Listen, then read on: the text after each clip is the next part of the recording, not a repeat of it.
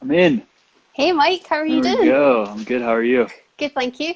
So folks, I'm Kirsty, I'm Uni's brand manager and I'm here with Mike, who is more commonly known as Rosehill Sourdough, That's but me. he's also our head of engineering at Uni. So we've gathered all your sourdough questions. Thank you very much for submitting them. We're going to show you some cool things tonight. Mike is going to cook something awesome, sourdough related, otherwise what's the point? That's right. Um, and he's going to be using Ooni Koda 16 tonight. So yeah, so you'll get to see the beauty all fired up with that L-shaped burner.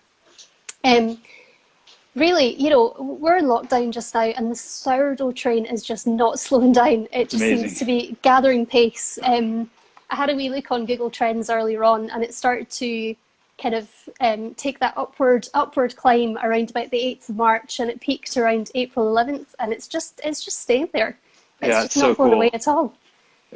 So I'm going to hand you over to Mike, who's going to kind of talk you through what he's going to make tonight, and then we'll go on to some questions. Thank you. Thank you. Yeah, welcome everybody. Yes. Hello, I'm Mike. Welcome to my backyard. I have an amazing Uni Pizza Ovens tent up because it is raining, but it's okay. We're not going to let it slow us down. So yeah, I've got Uni's Coda 16 fired up in the background with that L-shaped burner. Oh, I got the angle pretty good on that, actually. It looks Nice. pretty good. So I'm going to be doing a focaccia in Uni Coda 16 tonight, and I will tell you why. So like Kirsty mentioned, this sourdough trend has just blown up, which is amazing. People have time at home, they're jumping into their hobbies, and one of the things that people love to do right now is bake. And I love it because this is a time that people have kind of slowed down, have some reflection, and nothing teaches you more patience and causes you to slow down like learning to bake with sourdough. Because you have to give it time. The dough that I'm gonna be using tonight, I started, there we go, hello. Nice. I started this morning, about 6:30 in the morning, I started it, and so it's been going for almost 14 hours, and it's gonna be a nice, thick, bubbly focaccia, so we're gonna start there. So I'm gonna be doing it in Ooni Koda 16. I'm going to launch the pizza. I'm going to show you how I'm baking it in Ooni Koda 16, and then we're going to jump into some sourdough questions. I've got my two cultures here, Nona and Lucille, if you've been following on Instagram, so we can answer questions about that. You guys have submitted a bunch of questions, so we'll get into those. And if we don't get it to them all, we have them written down and we will respond to them. So please watch out for those. And I believe we also are recording this so that it'll be posted later. A couple people have already asked that. So We yes, are. Yeah. we are recording it. Great. So I'm just going to jump right into it. So if you are starting this kind of sourdough journey, yes, thank you. Mike's Instagram, Rosehill Sourdough. That's me. Rose like the flower, hill like a small mountain, and sourdough like really, Like really good sourdough. bread. Yeah, Yeah. exactly. So in the beginning, when I'd say Rosehill Sourdough, I'd say it so fast, people thought my name was Russell, and I was saying Russell Sourdough, not Russell. It's Mike Rosehill Sourdough. So I've got my focaccia here. So like I said, I got this going early this morning. To get that going early this morning, I had to feed my culture last night. And I made my focaccia recipe in here. It's an 80% hydration dough. We'll get into percentages and what that means in a little bit, but it's a nice wet dough. And it's very airy. You can see there's nice big bubbles and stuff in there. You can see the oil floating around. So what I'm going to do now, I'm just going to wet my hands, put a little oil on this dough, and I'm going to stretch it out to the corners. And I'm going to get under the dough and make sure it's not sticking or anything, make sure there's a lot of good oil under there. And I'm going to launch it in Ooni Koda 16. So let me just start with that there. Cool. I might ask you a couple of questions while Please you're do. doing that, if that's okay. First one is, why is there water on my sourdough starter? I'm a Yes. sourdough novice. I've got a culture that seems to be doing okay, touch wood, but at the start I had quite a bit of water on the top, and that's a common question that we've had. Yeah. So a lot of people, when they first start, that's totally normal, by the way. And it's not just water. So fermentation, the same yeast that's in sourdough is the same that's used for for brewing beer. That's alcohol that's on top of your starter. Don't drink it. It's ethanol. I don't know if that's what made people go blind during Prohibition. Maybe. I just tell people dump it off. Don't drink it. Don't even try. So the ethanol that's created from the fermentation is ethanol vapor that's going to go up into the jar and kind of settle, might condense and then go back down to the top. Just dump that out. I've gotten so many questions of people who it's all the same script. It's like day 3, it looked so great. And then all of a sudden, like day 4, day 5, it stopped working. The problem that people have is what they do is they mix that alcohol back in. There might be some acid up in there too. It is sourdough. It's making lactic acid and acetic acid. They might be mixing that back into the sourdough starter when they're starting. So they're going and they're just looking at it like, oh, this looks good. They dump some more flour and some more water on top. They mix it all back up. What you just did was chemically weaken your starter by mixing that alcohol and acid back in. So dump that out, and always make sure you feed to the same ratio, okay? So 1-2-2 is what I feed, and that's what I teach. 1 part starter, 2 parts water, 2 parts flour. So it's always 100% hydration, and then you just keep going from there. So, so that's what that clear liquid is on top. It's not water. There might be some water in there, but it's going to be alcohol vapor that you want to just pour off the top of that. Okay. Just on ratios, we had another question about kind of weekly feeding ratios. Yes. Obviously, there's some people out there who feed it 1-to-1-1, Yes. 1 to a half to a half, and you're 1 to 2 to 2. So what are the pros and cons for that? Yes. So the reason why I feed 1-2-2 is something called over, like 2-1-1 or 1-1-1. You carry over more of that acid that I was talking about. The lactic acid makes acid. And so the more you put in that next feed, then the more that's in it when that feed starts, and you can chemically weaken your starter. So what you can do, why I feed 1-2-2 is the math's really easy. 1 + 2 + 2 is 5. So I know if I need to feed up 100 grams of starter, I just divide by 5, and that's 20. I start with 20, and then 40 grams water, 40 grams of flour, and I've got 100 grams of starter. So I like 1-2-2. It limits the acid carryover, and it's really easy. You can feed up to 1-5-5 and really not have any issues. I have been told, I talked to some people at the sourdough library, and they said that sometimes feeding over 1-5-5, you can risk changing the kind of composition of the sourdough. But feeding at 1-2-2, that's just my sweet spot. So anywhere really between 1-2-2 and 1-5-5, you limit acid carryover and get a really good sourdough culture. It's going to stay really healthy. So there's my focaccia dough sliding around because I worked my fingers around under it, and you can see that it's nice and airy. Lift it up out of the pan here. It's nice and stretchy. I'm just giving it a really gentle stretch and just folding it back down into those corners, and you can see all the bubbles that are forming on that. So like I said, I'm such an old man trying to like angle this up into the camera. I could just use the tripod for what it's there for and pull that down. Hey, look at that. Woo! There we go. Okay, cool. So there we go. Nice and bubbly sourdough focaccia dough. Then now I call this dimpling. Some people call it docking.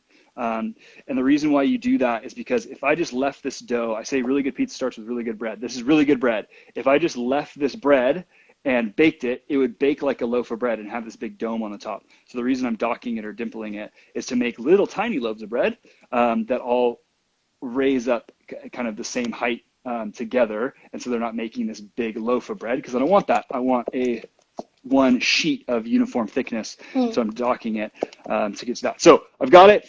I'm coming over to Ooni Koda 16. This thing is hot. Has not been on for long. I'm going to turn it off. There's enough heat stored in the stone and in that oven that it's going to bake this focaccia. So I'm just going to check my center stone temperature here. I'm at 350 degrees C. That's exactly where I want to be for this bake. And for reference here, that's about 650 degrees Fahrenheit. So I'm going to pop that in, and I'm going to push it all the way back to the far left corner. I know this is really difficult to see on here, but the L shape, the far back left corner, that's where the kind of the hottest part of the stone is. I'm pushing that all the way back into that corner, and I'm just going to set a quick timer here for 5 minutes. Okay. And then after 5 minutes, I'm going to turn it. There's enough heat in that oven, like I said, it's going to bake that sourdough focaccia almost all the way through. And then after 10 minutes total, we're going to take it out, and I'm going to show you how to finish it, whether you want to finish it as a focaccia, or the thing I'm going to do tonight is make a Detroit-style pizza which is one of my absolute favorites. I've made it in all of our ovens. I love Detroit style. It is a really thick crust pizza, and it's known for these tight corners. And it's got this little bit of a draft angle on the pan. And you fill the corners up with cheese, and then the cheese melts against the side of the pan. So and when good. you take this thing out, it's amazing. And I'm looking around realizing I forgot my spatula, so I will have to go in there in about 20 minutes and grab that. But it's about a 20-minute bake. So while this is baking, we've got 20 minutes just to chat Cool. sourdough. So you want to hit with the next question? Yeah, I do indeed. If you've got some dough there, I would like to see how to fold it. Yes. So That's a question that comes up quite a lot. You know, how do you fold the dough? yeah, let me bring you over here. So got a couple of doughs here. So this is dough that is only an hour old. So I made this dough just an hour ago, and you can see it is not a smooth dough ball. When people go to try to make this recipe for the first time, I get so many questions like, I tried to knead it and it's stuck everywhere. I must have done something wrong. It's impossible to knead. You can't knead it. You're right. 80% is really hard to work with if you've never worked with it before. That's why it's such a great beginner recipe, because sourdough loaves, like if you're making a bowl, or if you're making, if you're trying to shape baguette for the first time or something, it's difficult to work with that high of a percentage with dough if you're new to this. The nice thing about focaccia is it sits in a pan. You don't have to worry about getting this really tight, amazing dough with really great structure. You can just work with the pan, and it fills out the pan, and then it makes really amazing fluffy dough. So I've got this 80% hydration dough. All that means is that it's 80% water to flour. So if you see baker's percentages and recipes, just know that it's just a percentage. Everything relates back to the amount of water in the dough. I'm just giving my hands just a very light dip of water. So what I teach is like this fingertip method, where you kind of just put your fingertips right down in the water, and that's it. Rub your hands together. That's plenty of water for your hands. You don't want to be soaking wet. And all it's going to do is help the dough not stick to your fingers. So I'm going to do a first fold on this, which is a stretch and fold. I'm literally going to stretch the dough out and fold it back. Now, notice on my fingertips, where there's dough sticking, there's nothing below my second knuckle. A lot of people just go in and grab the dough. They're like, why is it all stuck to my hand? Second knuckle is where you want to be. So everything above there, you don't want to go below the second knuckle when you're touching the dough. So I'm just going to go in here and lift up and fold back over, stretch and fold, stretch and fold. And I'm going to go all the way around the dough. How's that angle, Kirsty? Can you see that okay? Yeah, that angle is perfect. And what sort of consistency does it feel? You know, if you could compare it to another material, what does it feel like? It's a little bit like thick paste. Okay. You can kind of see it here. It's not very thin, like it is doughy, but it's not like a batter. Like it shouldn't feel battery. It shouldn't feel like it's not coming together. At this point, this is only an hour old. It shouldn't look perfectly smooth. It shouldn't have super great strength. You can see that it's tearing a little bit. All I'm doing right now is building some structure in the dough. I'm forming what I call a smooth side and a seam side to the dough. So I'm going to flip this over. And now I've just established a smooth side and a seam side to my dough. I'm just going to give that a really light shaping like that. This is not a smooth dough ball. It doesn't have to be at this point. I promise you it'll become a smooth dough ball, okay? All I've got now is a smooth side on top and a seam side on bottom. Put a lid on it. I let it sit for an hour. If people generally, when they start making bread, even lower percentage stuff, if they've never really worked with dough before, they complain that the dough is too sticky, and they have a really hard time handling it. Lightly wet hands, you don't really want to add a ton more flour to the dough. Really lightly wet hands will help keep the dough from sticking to your hands. And then just, like I said, limited surface area. You want to go from the finger, the second knuckle kind of up. You don't want to stick your whole hand in there. So limited surface area on your hand. Cool. Patience. So many times I'll be teaching a class or something, and someone's like, oh, this is just not working. My number one trick, if the dough is too sticky and it's not stretching, cover it, go grab a glass of wine, sit for 15 minutes, come back. It will work. I promise you it'll work. Just take some time. Oh, and there's my timer. Sweet. All right, so that's been 5 minutes. That was a great little planned Cool. 5 minute time right there. That was incredible. That worked That out took perfectly. exactly 5 minutes. Just a quick question. Like, Yeah. what kind of flour are you using for the focaccia? That's an excellent question. So 5 minutes, I just turned it 180 degrees and putting it back in that far left corner and hitting start again. So I teach, most of my recipes use bread flour. I get that bread flour is really limited right now, and people have a hard time finding higher protein flours.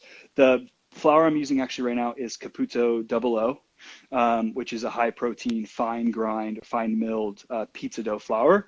But I'm using it for the focaccia. It absorbs a lot of water. It's got good protein in it, so it has really good structure.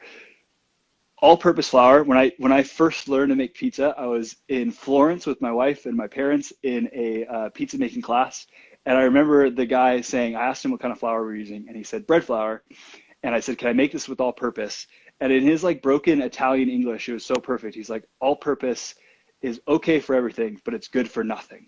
And I was like, it's such a good description of all-purpose flour because it is. It's okay to make pizza and stuff with all-purpose. What I tell people is with all-purpose, just pull the water down a little bit. Remember I mentioned percentages earlier? So an 80% dough, you might want to pull down to like 75% and give that a try. All of this stuff, if you've messaged me on Instagram and I've gotten back to you, you've messaged me on YouTube, I try to respond to all you guys. There's a lot of you. I try to get back to you as much as I can. When there's questions that are like, can I try this? Or would this work? Can I put this in the refrigerator? Can I do this? Try it. Just try it. Like, that's the beauty of this process. As long as you keep feeding your sourdough, this sourdough was started in 1849. Like, as long as you keep feeding it, it's going to last forever. You're not like, just give it a go. If it doesn't work, at least you got bread. Like, even if it's burnt, you can tear the burnt stuff off and eat the center. Like, you still got bread. Just try it and then learn from that, take some notes, and try it differently the next time. So with all-purpose, give like 3 to 5% less water. Give it a try. If it's still too sticky, it's not coming together, it's just not absorbing enough of that water, drop the water and try it again. Cool. Thank you very much. Another question. If I want to store my sourdough in the fridge for a week, should I feed it and then put it in the fridge straight away? Or should I leave it to rise for a while before refrigerating? Yes. Okay, so you should let it rise. And here's why I teach that. So whenever I feed sourdough, I really like this style jar because there's loose lids, okay? So when I feed it, I let it double. I fed this morning, and you can see, you know, like when you go to like a wine tasting class the first time and they're like, oh, swirl the wine and watch the legs, right? And it's like, you like see the level. That's the exact same thing with this. Like, I can tell that my sourdough made it to that level because I start with a clean jar and then it's got some legs, so I know it's settled down to there. So I got about a 2.5, 3x rise on this because it started about here and I got it up to there and now it's on its way back down again. That is important. It's gonna do that. When you feed it, it's gonna double or triple. You wanna grab it. Once it's doubled or tripled, that's when you're gonna make dough out of it. If you don't wanna make dough, that's fine. If you're just maintaining your starter, I teach to try to maintain it weekly. If you're just maintaining your starter, you got a busy week, great. Take it out of the fridge, show it some love, give it a feeding. Wait for it to come back down. 24 hours it should take, depends on how cold it is. Again, it goes back to my note on just try it. Everyone's starter is gonna act a little differently. Even my 2 starters, exact same conditions, exact same water. Nona goes a little bit slower, the older one. She goes a little bit slower than Lucille, goes a little bit faster. So you just have to learn it. So wait for it to come all the way back down. Once it's back down to its original volume, seal it, pop it in the fridge. Now that's another question. Yeah. Because there's a bit of a debate between sealing your jar properly and putting it in the fridge or leaving the jar slightly ajar. So what's the best way? What are the differences? Yeah, so that's a really good question. So fermentation and is what's happening in this jar, right? So there's some wild yeast that's in there, and it's eating the sugars and it's creating carbon dioxide and alcohol, and it's fermenting this flour. Okay, it's the exact same process that beer and wine goes through. There's a second thing with sourdough that makes sourdough special, and that's the lactic acid bacteria.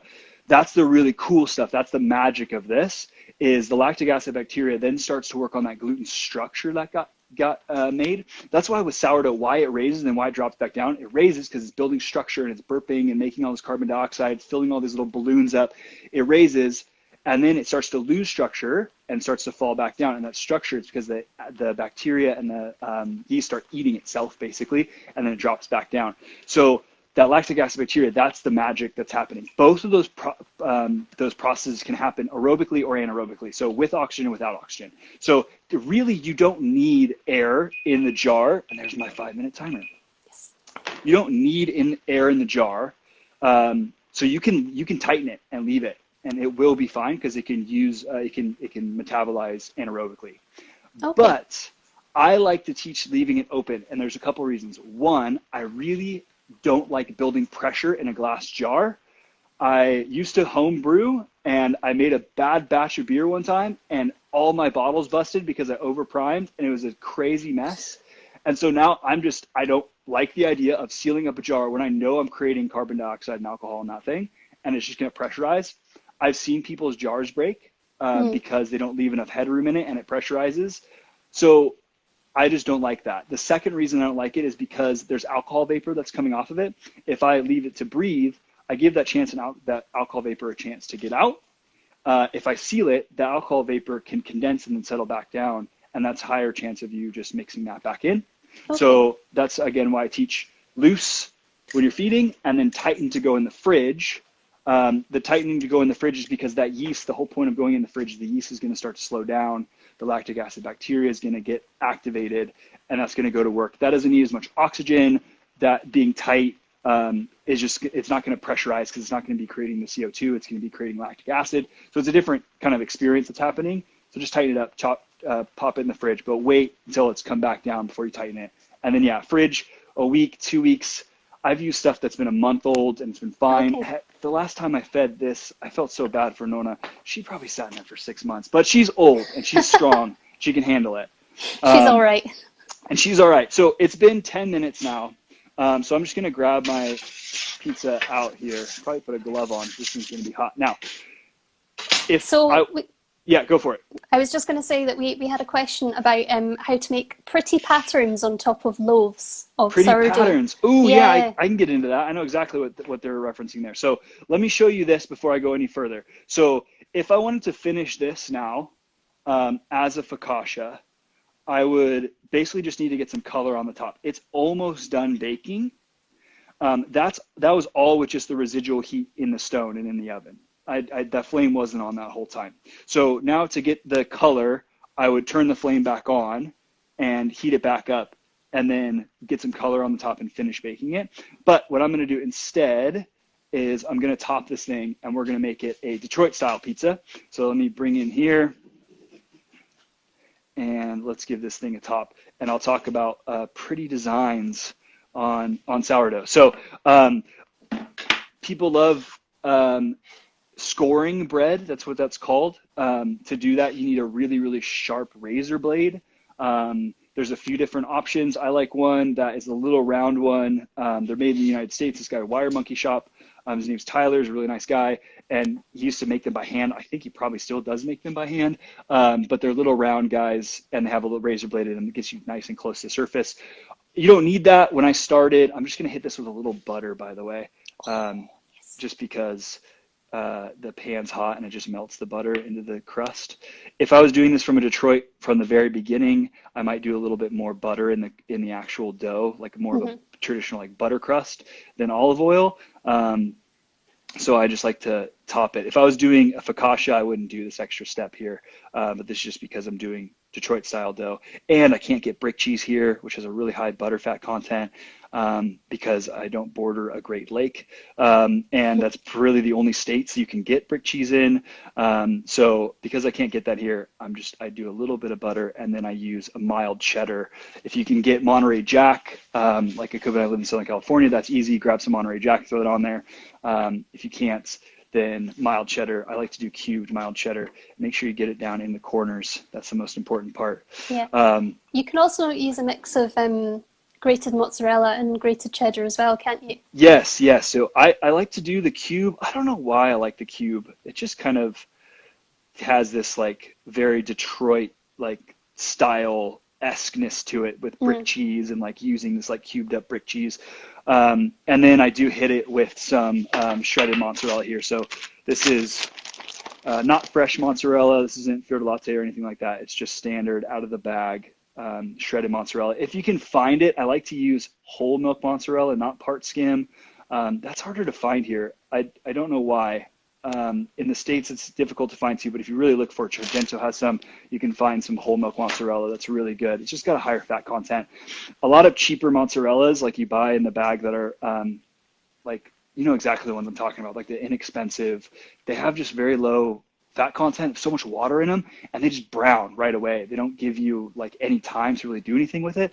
It just browns and burns. Higher the fat, it's gonna keep from burning. So I'm throwing that in right in the front right of the oven. So remember before I was in the back left, and I was cooking in the back left with some of that residual heat from the stone.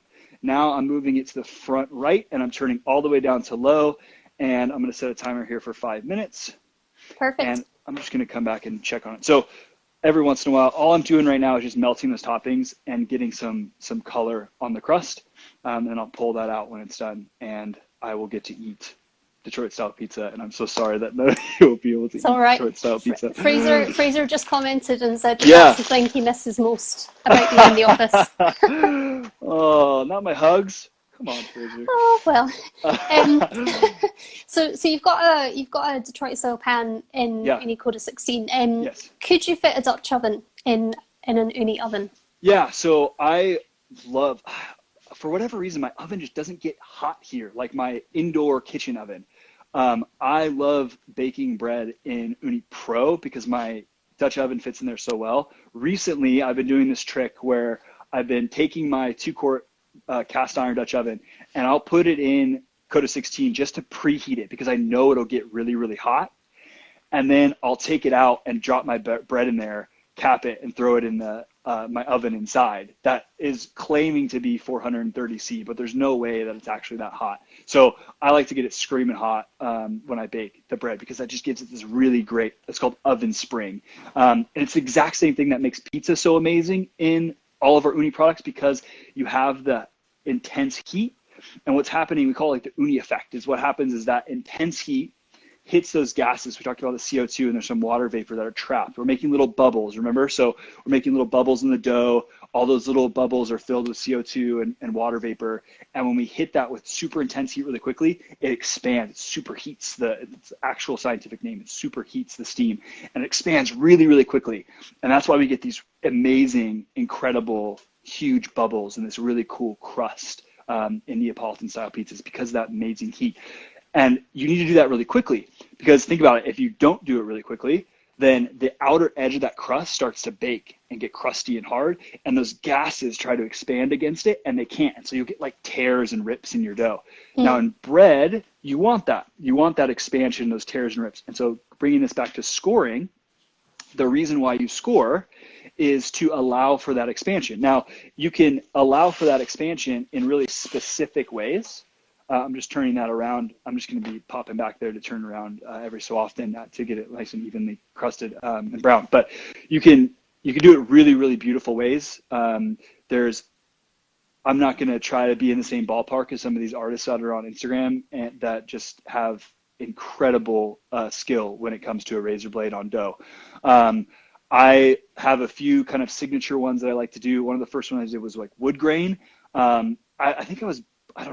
I think me and my buddy Patrick were like making something out of wood, and I got like inspired by wood grain, and I tried to like carve that in bread, and then that kind of exploded as like this cool way to do it was this cool like wood grain thing, which I liked it because it was nice and even, and so it all expanded all nice and evenly, and I didn't get these like big tears. But a very popular one is just a single quick score kind of at an angle. And then what happens is as it expands, because your final shape, you kind of pull in the sides. And so you're prepping the dough to expand in a certain way. So you do this cut, and then the dough kind of expands like this. And then it gets this like ear on top. And so you'll see this like really pronounced ear in a lot of people's dough. And then along the side, I like to do a little like grain, like a little wheat grain, which is a really cool little one because it's just a little score. So It's fun to play with because you can do like different depths that'll give you different expansions. And anyway, Sarah Marie is amazing. Yes, she is. That's my wife. She's incredible. Just answered all the questions, I think, in the live chat right now. Thank you. Where where can someone get a sourdough starter that's been around the block, for example, Nonna? Oh my gosh. So just start asking people, like, if you bring up sourdough, like somebody has a cousin that's doing sourdough. And even now, like, I bet your next door neighbor is making sourdough. Like, that's why your shop doesn't have any flour right now, because so many people are doing it. And they might have got it from a friend who got it from a friend who got it from a friend. So there's a few people on Instagram right now I know that are selling theirs. When I was in the States, I would sell mine and, send it around. I'm not doing that. I need to do that. There's been quite a few people asking, but just like people have it and they'll give it away for free. It's like, I don't know if you ever did the old like Amish friendship bread that it was like annoying and you had to like pass it around to your friends and it made good bread and stuff. And that was kind of like sourdough, but it really wasn't. Someone has it. Someone's got a sourdough starter that's been sitting in their fridge. I've got a bunch of people in the States. If you write me and they're like, hey, I live in the Bay Area, can I get a sourdough starter? Or I live in Missouri. I'm sure there's somebody that I know that has one of my starters in a random state, and we could probably get you one. But just ask. Sourdough Mania, what up? That's crazy. What? Hello. So yeah, so just ask around. So I'm sure somebody's got one. I got Nona from a friend who got it from a friend who got it from a friend. That was the exact same thing. It was a buddy of mine who started talking about sourdough with somebody, and that's the story. A question linked to good old Nonna. Yes. Our one of our Ooni ambassadors, Lewis Pope, asked a question about an old starter. How can you say it's an old starter if we're constantly kind of feeding it? Is it kind of that culture that's already built in there? Yeah, it is. That's exactly what it is. That's a really good question. I mentioned 155 feeding earlier, so I'll call back to that really quick. You can, if you feed it more aggressively than that, like 110-10 or 120-20, I teach a 120-20 method for people who have had a sourdough sitting in the fridge for like months and they think they killed it. It's got black liquid on the top. They're extracting a tiny bit out of the bottom and they're trying to bring it back to life. I'll teach a 120-20 there. But for regular feedings, you want to stay under 155 because yes, you can change kind of the microbiome that's happening inside of that sourdough. All this is yeast and bacteria, and it's going to change by your region, which is one of the coolest things, is it actually changes just moving, whether it's miles or thousands of miles, it's going to change. I have had Nona, I've fed her in a very specific way. I don't feed her at crazy high ratios because I'm trying to kind of maintain this Bay Area starter. So I try to feed her at about 1-2 and really don't push her any higher than that. And there's definitely a difference. People ask, is there a difference? I just did a probably too long comparison, like multi-post series on my Instagram showing Nona and Lucille in pizza and in focaccia and in bread, and like all this stuff, just showing them kind of side by side and how they're different.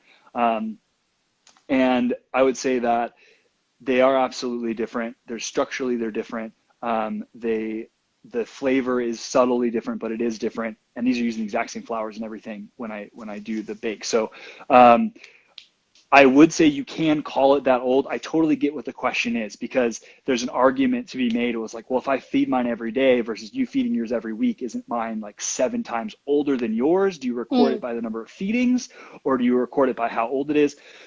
We can get into the semantics of that. I think probably it has to do with its kind of origins and the fact that it's just so old. It definitely has some strength to it that I don't see in Lucille. If I let Lucille sit for more than a month in my fridge and neglect her and don't feed her, she's so much slower. I did an experiment maybe a year and a half or so ago because people were asking this question, and I let one sit in the fridge for maybe, I don't know, a month, and then tried to feed it, and it took like 2 or 3 feedings to get her back, where Nona, I was able to neglect for like 6 months, and in a single feeding, she was back up. Cool. Yeah. Question about sourdough discard.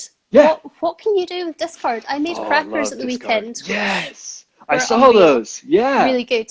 Yeah. But what else can you do? Could you make pizza dough with discard? So I have made focaccia with discard. I'm sure you can make pizza dough with discard. So let me explain what I call discard because it's a little different than what other people call discard. I use a little tiny bit different terminology, and I know it's confusing. I'm sorry. Us bakers use a little bit different stuff. To me, culture, because I'm super nerdy, is what I call sourdough starter. I use those terms interchangeably. Even like leaven, some people call it, builds, like you have to do a build of a leaven before you start baking. I always call that culture. I call anything, oh man, this pizza smells amazing. I'm like really having a hard time not getting distracted by this thing because it's so good. So I'll call anything that I fed over 24 hours ago, I'll call that discard. So once it's like settled back down, then that's what I call discard. Now, that now gets extended out to like a month. Like I'll say anything that's like up to a month old is discard. If it's older than that, you probably don't want to make a discard recipe with it. Revive it and then go from there. So if you've got 24-hour-old discard, absolutely you can make pizza dough out of that. Like it's going to come right back. You'd feed it and it would come right back. It's the exact same thing you're doing in pizza dough. You're feeding it flour and it's fermenting and it's coming right back. The only reason why you feed before you start a new bake is just to make sure your leaven, your culture is really active before you start throwing ingredients in it, and you can count on it being active. So that's why you grab it at its peak when the yeast is super active. So that's when you grab it, and you're going to have more success doing it that way. But with discard, absolutely. I would say maybe increase it a little bit. Like if a recipe calls for a certain amount in grams of like a strong starter, maybe up it 10 or 20% if you're using discard because the yeast is going to be a little bit less active. Okay. But other than that, I mean, I use discard for stuff that doesn't need as much leavening. So Frick Oven Pizza just commented Texas toothpicks. He gave me this idea, which was incredible, to just use it as fry batter. And so I wrote up a recipe. It's on my Instagram. I add a little bit of salt and a little bit of flour to it, but that's it. And then I dunk like an onion. I did a whole bloomin' onion thing. I dunked a whole onion in it. That looked unreal. It was so good. Dunked that all in that, and then dunked in the foam. So fry batter's great. My all-time favorite is biscuits, which has a really different connotation in the UK. When I say biscuits, people just don't understand. And I've had to like talk to people who have been to the South who like understand buttermilk biscuits to understand what I'm talking about. But like biscuits and gravy is one of my favorite foods in the whole world. It's probably the worst food for you in the whole world, but I could see my breath. It's not that cold out here. I promise people. It's Scotland. Yeah. Which is like last week was so pretty at this time. Yeah. The sunset was beautiful. But anyway, I would say, how's the focaccia looking? Such a good question. I keep looking back to make sure it's not burnt. Yeah, it got a little bit toasty because I haven't been paying attention. But Uh-oh. No, we're good. We're good. That looks dark. But it's because the lighting out here is terrible. But no, that is not burnt. That looks really, really tasty. So I'm gonna finish that off. It's not burnt. Who just said it's burnt? It's not burnt. It's not burnt. Calm down. No, it's not burnt. So that color that people are saying looks like burnt. That's that. Because I can't find whole milk mozzarella here. So that's that like top layer of the mozzarella that is turned that color. Someone asked what that is. This is a Detroit style pizza. So I used my focaccia recipe, half baked it or par baked it, topped it, and then threw that back in the oven and finished baking it. And my timer, to be fair, did go off a long time ago, but I've been talking, so I forgot to bring it up. I kept asking questions, sorry. No, it's okay. So a traditional Detroit style pizza would have pepperoni on it. And I totally forgot to put the sauce on before I threw it in the oven, so apologies for that. This is just a really basic red sauce, some oregano, and some salt and pepper and stuff in there. So I'm just going to throw that on top now. And I should have cooked this, would have brought a little bit more sweetness out of the acid from the tomatoes, but that's all right. It's still going to be really, really tasty. But yeah, so this is a great little trick. I love using the oven. If you guys missed it, basically I stored a bunch of heat in the stone of the oven, and then I let it bake with the heat off, the flame completely off for 10 minutes. And then I topped it, put it back in for probably too long, and let it go with the flame on low just to get some color and to get the ingredients to cook. So I'll show you what that looks like with some sauce on it. I'm getting a little bit of light from like my outdoor solar light here. Let's see if we can bring this down. You can see, there we go. Yeah, there's some phenomenal light. Yeah, there we go. So you can see those like crusty corners and stuff in there. If you can see those, I can grab some of this light. So I'll pull this out. I'll go grab my spatula in a second. Cool. Pull that out, and we can have some pizza virtually. So I did want to show that next fold. So we did that one fold. I did want to show that next fold, what that looks like, and how you can tell when your pizza or your dough is starting to look the way it should. So let me pull you guys over here while you queue up the next question there, Kirsty. Cool. Yeah, actually just off the back of Discard, Yep. a lot of recipes you get kind of dried yeast or live yeast. Yes. What's the ratio that you should swap out for sourdough? Yeah, so there's a couple things that you have to do here. So I just want to show you the thing I did before, which you can see there's like it's not perfectly smooth, right? Like there's some layers on top. I established my smooth side and my seam side on the bottom. So this is what it looks like after the next fold. So I'll show you what that fold looks like. So this is called a coil fold. Let me just bring you in here if I can.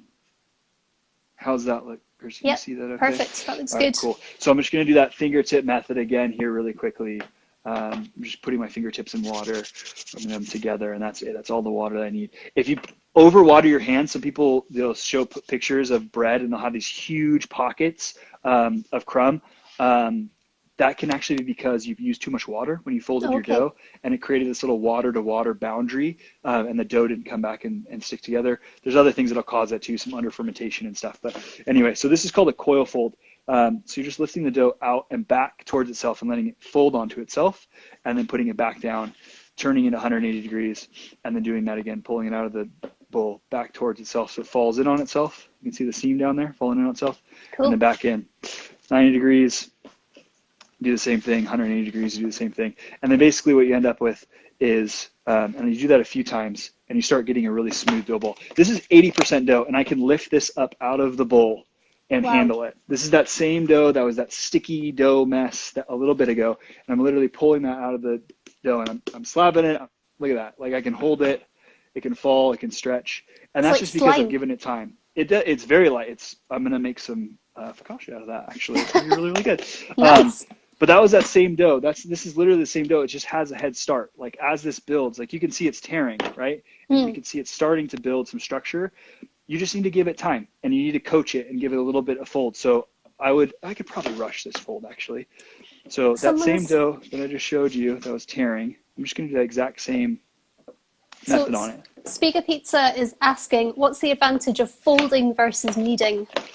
Ooh, that's an excellent question. Ain't nobody got time to knead.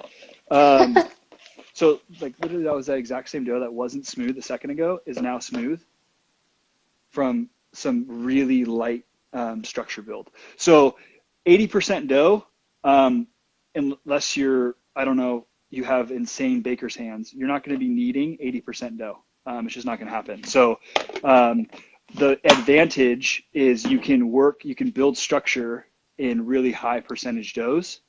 Now with pizza dough that's around like 60%, you absolutely can knead it. I was taught to knead and then give it time.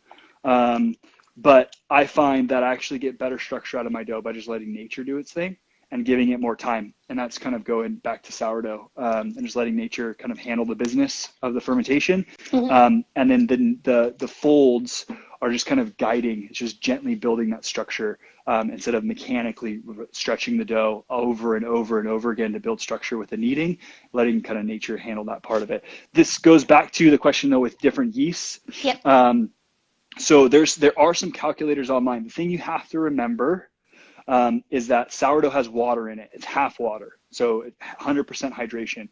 So there's equal parts flour and water. So there is yeast in it, obviously. I cannot remember the number off the top of my head of the calculator that I typically like to use. But if you Google, oh man, what's the rule? I can't think of it off the top of my head. But I want to say, what is the standard? Ooh, this is actually a good question. I know somebody's going to know this. The standard Ooni pizza dough recipe for like 500 grams of flour, I want to say it calls for like 5 grams of yeast or something like that, right? I think it's 7. Okay, cool. Yeah. I'm in the ballpark. Great. So let's call it 5. So yeah, I think you're right. The 7 is for like a quick ferment pizza. You're right. Yeah. 7 grams. So if I do 5 because I want to go a little bit slower, so that's for 500 grams of flour, I would do 50 grams of sourdough. Okay. So I guess a general thing would be like 10x, but Hmm. that's really rough. There are some sourdough culture, or there are some sourdough calculators, like I said, online. I would say around 10x. Look for some sourdough calculators online to do the conversion, but look just for percentages. If like ballparking, I like to do 10% sourdough in my pizza dough. It's a really easy number to remember, and it makes good dough. So kind of maybe use that as a ballpark, the 10% number to kind of compare and look at maybe it's 10x. Okay, cool. I feel really bad. You haven't had any pizza yet. It's okay. It smells so good. It's my own I'm fault. I forgot that I'm gonna let spatula. you Sorry. kind of go and get the spatula, Okay. chop it up, and Okay. have a bit. I'm gonna do that. Okay, I'll perfect, leave you to the flames. I'll be right lovely. back. If anyone has any questions about Ooni Koda 16, just fire them away just now. Someone's asked about how long do you usually leave between cooks, roughly. Ooni Koda 16 has a super fast recharge rate, just because of the L-shaped burner. So like a few minutes in between each pizzas, and you'll be totally fine. It will still cook in your pizza in 60 seconds. So fire one in, leave it for a couple of minutes, check with the IR thermometer again to make sure you're above 400 degrees, and then fire in another. Who's making pizza tonight? Not me, unfortunately. No pizza for me tonight. Mike doesn't live that far away from me, but obviously with the social distancing rules at the moment, I can't have any pizza, and I'm very, very sad Oh, about it. so sorry. It's gonna be a good one too. All right. So, did I miss anything special while I was gone? I just answered a quick question about Ooni Koda 16, Okay. Cool. and I guess I can ask you another. So Yes. once you make the dough, how long Yes. should it be ideally be at room temperature before you put it in the fridge? Aha. So, different recipes are going to call for different amounts of times. I traditionally like to say a good like 4 to 6 hours. Again, this comes back to kind of the point of how much time does Code 16 have thicker stone? It does. Sorry, the engineers in me just like popped out when I saw the question. So the general kind of timeline that I go with is around 4 to 6 hours. I like to teach to use a little bit warmer water. You're not trying to go much over like 25 C or like what would that be, like 80 Fahrenheit. So you want to kind of stay in that ballpark around 75 degrees Fahrenheit, around 22 degrees C is kind of where you want to be. And I say like 4 to 6 hours, but those are my recipes, and that's very dependent on like how much sourdough you're adding. Because remember, what you're trying to do when you're learning sourdough and you're learning baking in general is, someone asked earlier if it's more of an art or a science. Like it is definitely both. Like the science part of it, you have to understand. Like you have to start kind of thinking of high school chemistry. As much as you might have hated high school chemistry, like you kind of need to start thinking about it in those terms, because once you start thinking about it in those terms, you start to think about, okay, well, how much sourdough am I adding? That's like my active ingredient. It's a chemical reaction. And then the warmth of my water, of my liquid, the dough that it's in, that's going to determine how quickly everything happens. So if I've got less time and I really need to feed up some starter because I dropped the ball and I totally forgot to feed my starter, I will put warm water in it, and I'll put it in a warm oven. I can't believe I'm admitting this, but I can get it to double in like 4 hours. I shouldn't be doing that. Don't stress your starter out too much. Let nature do its thing. Have the patience, have the time. Give it 8 hours or 12 hours with some cool water to really build up. But if you're in a rush and you need to do it quickly, you can do it in a warm oven. Warm, not hot. The only ways to kill a starter are with heat. And it doesn't take that much heat. It's yeast and bacteria. Yeast and bacteria dies at like 180 C. You don't even have to put it in boiling water and it'll die. Okay, so just don't get it that hot. And then chemically, so if you put too much alcohol in it or something, you can kill it. And weakening it is you are killing some of those cells. So that's what's happening when you're weakening it. So my recipes, like I said, I teach around 4 to 6 hours, around that 75 degrees Fahrenheit, around 22 degrees Celsius. That's going to give you the right amount of rise, the right amount of fermentation and structure build before then you do kind of your final shaping or whatever you're building, whether it's you're making focaccia or bread or pizza or whatever, before you put it in the fridge. The fridge part is an important part to sourdough. I might as well just jump into that really quick. Yeah, sure. So I mentioned earlier the difference between sourdough and just like yeasted bread. the big difference there is the bacteria. That's kind of the whole point of sourdough. That's what gives it its name. Lactic acid bacteria, some people call it lab or LABs. Lactobacillus is like the technical scientific term for it. And then there's Saccharomyces, which is the yeast side of it. And then depending on where you live and depending on how you fed it, there's so many different strains of those two things that can be in it. Even some, I was talking to the sourdough librarian because I was doing a experiment with like using naturally fermented, spontaneously fermented beers, because people have been running out of yeast. They want to make sourdough quicker. So like, can you harvest yeast from beer to make sourdough? You absolutely can. I'm still working on that experiment, but there's those natural yeast and bacteria. There's so many different strains. My chat with the sourdough librarian is basically like, I've seen sourdough with not just lactobacillus, but other types of bacteria that make acid. He said that he's seen some different types of yeast. There's one called Brettanomyces. I can't remember how to pronounce that, but that's popular in some spontaneous fermented beers. But anyway, the point is, it's the two. That's what makes sourdough so important. It's both the yeast and the bacteria. Now, the bacteria needs some time. Bacteria is way smaller compared to the yeast size-wise of the cell, and it needs the yeast to chill out a little bit so it can go to work. And you make the yeast chill out a little bit with temperature. It starts to go dormant. Once that yeast kind of chills out, goes dormant, and the bacteria can get to work and start eating that gluten structure that you built. It's not bad as long as you don't let it go for too long, because it gets really, really difficult to use. As long as you don't let it go too long, the magic that happens in that time in the refrigerator, I like 3 days for pizza. It's so cool. The sourness that comes out of it is subtle. It's not overly sour, but it's just a nice little extra flavor. But the digestibility skyrockets. And this is one of the coolest things about sourdough. It's one of the reasons why I got into sourdough, is something happens when you make bread the way you're supposed to make bread. It doesn't hurt your stomach.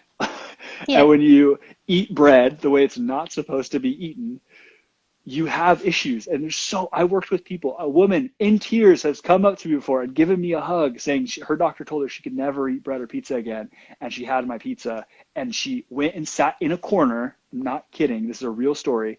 I was at a pop-up event. She had heard that sourdough, people can digest sourdough. She tried a bite. She went in the corner and she sat down and rolled up into a ball and just waited, because I guess she knew that if it was going to react with her, it would react. And then she just comes up to me in tears and gives me a big hug because she was able to digest it. A lot of people have digestive issues with normal manufactured bread products. I say normal because it's not even normal. It's not the way you're supposed to make bread. It's completely processed rubbish. Exactly. It's rubbish. Oh, I love it. It's such a good British term. Rubbish. It's so good. Yeah, it is. It is rubbish. And so if you start making stuff with sourdough, the lactic acid bacteria starts to kick in. It breaks down breaks down the gluten. It makes it more digestible. Some people call it pre-digested gluten. It's easier on your own microbiome in your stomach to then digest that gluten that's coming at it. And that's kind of the magic of this whole thing. And it needs time to do that. Manufactured bread products got popular, especially after World War II, because you could make them really quick. That was the whole point. You strip all the stuff out of the wheat, all the good, amazing stuff that's in there for your body, strip that all out. You throw a bunch of Saccharomyces, a very specific strain of Saccharomyces at it to make carbon dioxide, and then you bake it. And you can pump out bread really, really quickly. The problem is once you started stripping all that away, you started stripping all the nutrition away, you can't just add it back in. It doesn't work that way. You strip the thyme out, you strip the lactic acid bacteria out, and all of a sudden we're left with this bread that hurts our stomachs. And that's people going to the doctor saying, I'm gluten intolerant, and the doctor saying, yeah, you're probably gluten intolerant, you probably shouldn't have wheat anymore. And that's a tragedy, because you can have wheat, you can enjoy it. There's so many people with gallbladder issues or with joint issues. Well, I've worked with people who have, they break out in hives when they eat bread. I've had people with hormonal issues when they eat bread from the store. But as soon as they eat sourdough, they can go and sit in the corner and sit there and know, and their body feels different. And smile, yeah, and exactly, because it's just amazing. Speaking of smiling, I'm letting this pizza cool for way too long. Right, I'm going to let you fire into the pizza, and I think we'll wrap it up because that pizza needs to be eaten. Yeah, my wife has done a lot of work. She really has dealing with the question. So I'm going to show you. I want to show you like just like the bottom of that, right? Like the color on that's incredible. Right, and that was from the heat from the stone. Look at those sharp corners. It's amazing. It's pretty damn good. So that's from that. Yeah, that was baked in Coda 16 sharp core. Oh, I love Detroit sour Nice. pizza. Oh, it smells amazing. Lovely. So, yes, thank you, everybody. Thank you. I hope that answered the questions. We've been almost an hour. It goes by so fast. It's It crazy. does go by so fast. So what we'll do is we've got a few more questions that have come in. So we'll answer them over the next few days, and we'll kind of post them somewhere, and we will let you know on. Sorry, just need to show. Look at that. That's just beautiful. I'm really hungry now. I'm not. Thanks, Mike. Thank you so much. Yes, we will answer the questions.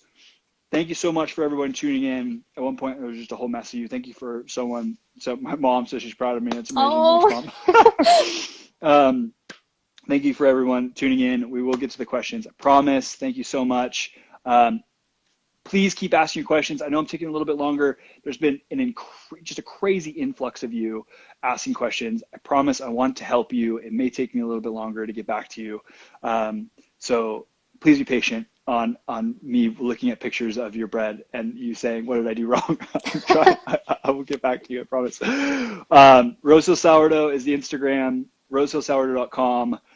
Check out my YouTube page. I've got all these recipes on there as well. And get an Ooni. Like, this is crazy. I started working for this company. I won't even go into that story. We'll do a different live and talk about how I found out about Ooni and how I started working here. Alicia Wood played a huge part of that and this Pizza Taste Test program. I think that sounds like a fun live to do with that. Yeah, I think it does. We'll get you guys back together again. Oh, me and Alicia, that's awesome. Cool. Okay, well, thank you very much, Mike. Yes. And thanks to everyone for tuning in. And Absolutely. We'll have another live next week. Sweet. Thanks. Thank you guys. Have a great night. Bye.